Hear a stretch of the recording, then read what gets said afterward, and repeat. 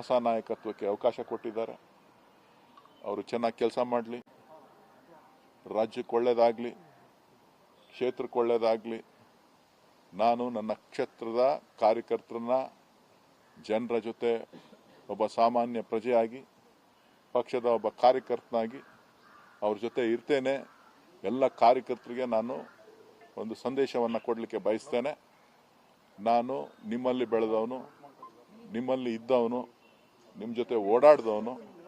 ಆ ಕೆಲಸ ನಿರಂತರವಾಗಿರ್ತದೆ. ಯಾರೂ ಕೂಡ ಧೃತಿ ಕೊಡುವಂಥ ಅವಶ್ಯಕತೆ ಇಲ್ಲ. ಪ್ರಜಾಪ್ರಭುತ್ವ ವ್ಯವಸ್ಥೆಯಲ್ಲಿ ಸೋಲು ಗೆಲುವನ್ನು ನಾವು ಸಮಾನವಾಗಿ ಸ್ವೀಕಾರ ಮಾಡಬೇಕು. ಅದನ್ನು ನಾನು ಸ್ವೀಕಾರ ಮಾಡಿದ್ದೇನೆ. ನನಗೆ ಹೋರಾಟ ಮಾಡಿದಂಥ ಎಲ್ರಿಗೂ ಕೂಡ ನಾನು ಮತ್ತೊಮ್ಮೆ ತಮ್ಮೆಲ್ಲರಿಗೂ ಕೂಡ ಧನ್ಯವಾದಗಳನ್ನ ತಿಳಿಸ್ತೇನೆ.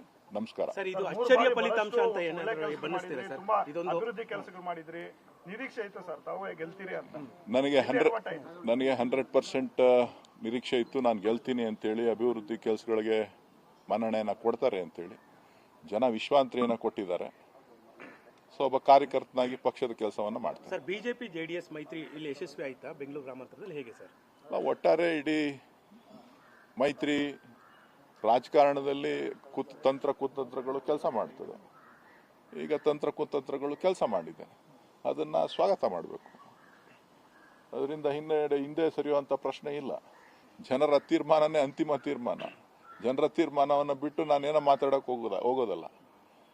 ಸಾಕಷ್ಟು ಮುಂದಿನ ದಿನಗಳಲ್ಲೂ ಕೂಡ ಸಾಕಷ್ಟು ಹೋರಾಟಗಳು ನಡೀತಾನೆ ಇರ್ತದೆ.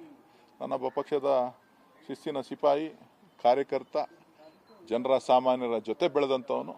ಮುಂದಕ್ಕೂ ಕೂಡ ಅದನ್ನು ಮುಂದುವರಿಸ್ತೇನೆ. ನಿಮ್ಮನ್ನ ಸೋಲಿಸಲೇಬೇಕು ಅಂತ ಏನು ಪಣ ತೊಟ್ಟಿದ್ರಾ ಜೆಡಿಎಸ್ ಮತ್ತು